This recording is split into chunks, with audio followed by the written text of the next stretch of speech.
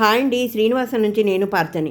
ఈరోజు రెసిపీ చాలా ఇంట్రెస్ట్ అయిన రెసిపీ. మా ఇంట్లో అందరూ ఇష్టపడే కూర కర్రీ ఏంటంటారా?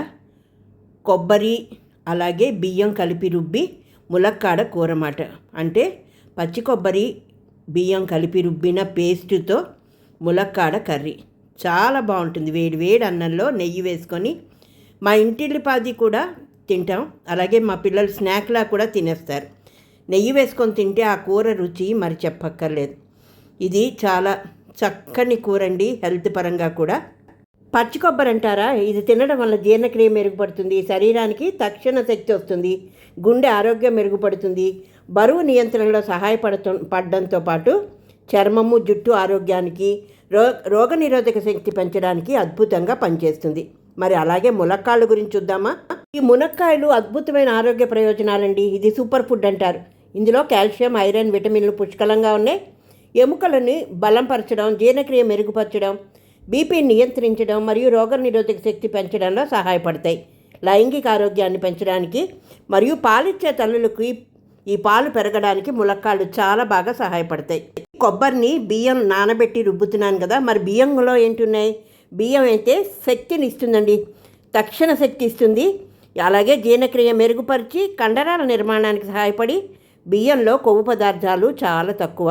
అందువలన బియ్యము కొబ్బరి అంటే బియ్యము 1 గంట సేపు నానబెట్టి అందులో పచ్చి కొబ్బరి కలిపి రుబ్బి, అంటే 1-2 స్పూన్లు పంచదార వేస్తాను కూరకి తీపిదనానికి. చూశారు కదా, ఎన్నో ప్రయోజనాలు బియ్యము కొబ్బరి ములక్కాడతో. ఈ కూర మా అమ్మ చేసేదండి, చాలా బాగుంటుంది. అలాగే మేము అందరం కూడా చేసుకుంటాం.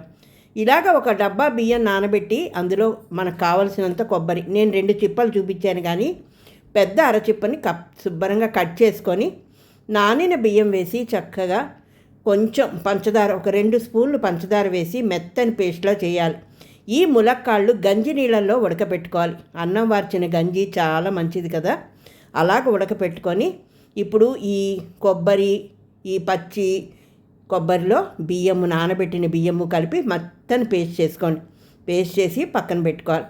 మనం ఈ ములక్కాళ్ళని గంజి నీళ్ళల్లో, అన్నం వార్చిన గంజి నీళ్ళల్లో కొంచెం 1 గ్లాసు నీళ్లు చేర్చుకొని అవి వేసి మనం ఉడకపెట్టుకుంటాం అన్నమాట. ఎందుకంటే ములక్కాళ్ళు, లేత ములక్కాళ్ళు ఇంకొంచెం తీయగా మారతాయి. చాలా బాగుంటుందండి. ములక్కాడ కూర అయితే సూపర్ ఉంటుంది. ఇప్పుడు మనం ఈ ములక్కాళ్ళన్నీ కడిగి పెట్టేసుకొని పక్కకి పెట్టుకోండి. ఇప్పుడు పోపు చూసుకుందాం. ములక్కాడ కూరకి పోపు: ఆవాలు, జీలకర్ర, అలాగే ఎండుమిర్చి, కరివేపాకు, ఇంగువ. నూనె తీసుకొని గిన్నెలోకి ఇవన్నీ కూడా వేసి చిటపటలాడిన తర్వాత, కావాలి అనుకున్న వాళ్ళు, కారం ఎక్కువ కావాలనుకున్న వాళ్ళు పచ్చి కొబ్బరి బియ్యం రుబ్బేటప్పుడే పచ్చిమిర్చి వేసి రుబ్బుకోండి, అది ఇంకా బాగుంటుంది. కానీ మా పిల్లలు కొంచెం ఇలాగే తింటారు కాబట్టి నేను ఎండుమిరపకాయల పోపే వేస్తాను. ఇవన్నీ వేసిన తర్వాత మూత పెట్టి కొంతసేపు మగ్గనివ్వండి. ములక్కాడ మగ్గిన తర్వాత అప్పుడు మనం ఉప్పు తగినంత వేసుకోవాలి. ఈ కూరకి నేను పసుపు అయితే వేయనండి. ఉప్పు తగినంత వేసి కొంచెం మూత పెట్టి ఉంచామనుకోండి, ఈ ములక్కాడ చక్కగా మగ్గుతాయి.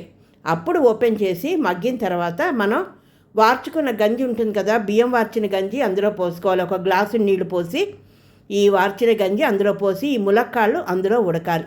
మనం ముట్టుకు చూస్తే బద్దయి చక్కగా గింజ బాగున్నప్పుడు ఇప్పుడు మనం రుబ్బి పెట్టుకున్న కొబ్బరి పేస్ట్ ఉంది కదా, కొబ్బరి, పచ్చి కొబ్బరి, బియ్యం, కొంచెం పంచదార కలిపింది అది వేసి తిప్పి చిక్కగా కూర అంతా దగ్గరికి వచ్చేదాకా మనం తిప్పుకుంటే కూర చక్కగా విడుతుందండి. ఎంతో రుచిగా వేడివేడి అన్నంలో ఈ పచ్చి కొబ్బరి బియ్యం కలిపిన ములక్కాడ కూర అయితే రెడీ అయిపోతుంది.